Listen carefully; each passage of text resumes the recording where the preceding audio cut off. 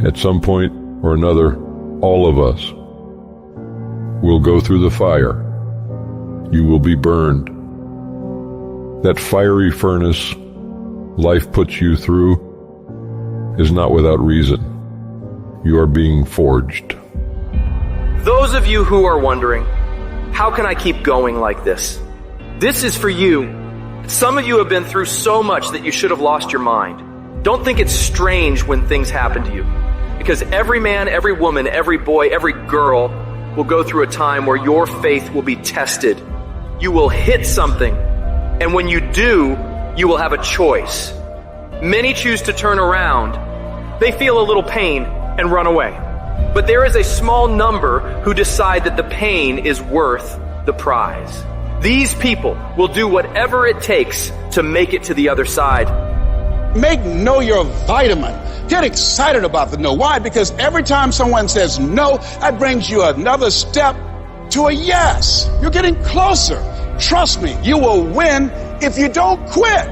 Now, whatever goal you have, you're going to have some opposition. You're going to have some difficulties. You're going to have some challenges. You're going to have your inner conversation telling you can't do it, and you're going to have people picking at you.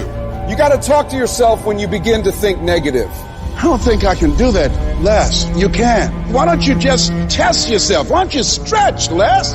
Come on, man. When you start seeing yourself thinking something negative, stop it right quick. Stop yourself. Catch yourselves. When you find yourself getting negative with people that you have allowed to push your buttons, when you find yourself becoming negative about what's happening to you, you've got to affirm to yourself in the process, hey, no, I can make it. There's some way this can happen for me. As you start believing that you are worthy of good things supposed to happen to you, you develop a sense of entitlement. Good things supposed to happen to me. Working on yourself, watching that inner dialogue, it will determine the quality of your life. Life shrinks or expands in proportion to one's courage. So you've got to believe you can get through this. You've got to have faith, knowing that there is something greater for you in this world. Because once you commit yourself and you know your why, the how will come. Once you commit yourself, you will figure it out. You just have to begin challenging yourself, stretching yourself, because you really don't know what you can't do.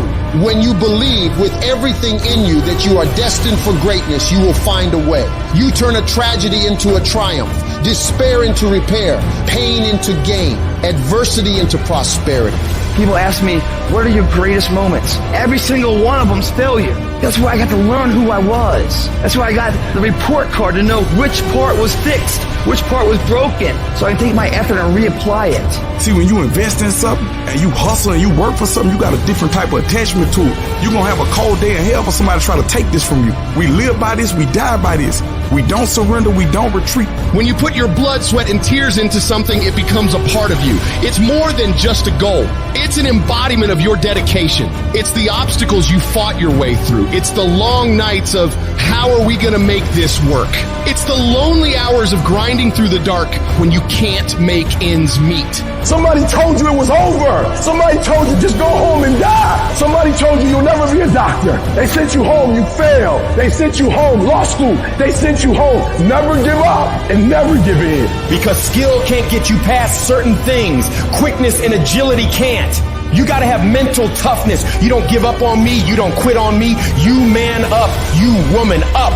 You get your life back. You get your family back. I need you to have mental toughness. When you come up against that thing, you gotta outlast it. And you gotta already have made up your mind before you get to cancer. You gotta already have made up your mind before you get to that exam. You gotta already have made up your mind when you're talking to your husband, when you're talking to your wife, when you're talking to that sickness. You gotta look at it before you even get to it. So don't you ever give up. I don't care how hard you fall on your back. Because if you can fall on your back, you can look up. And if you can look up, you can get up.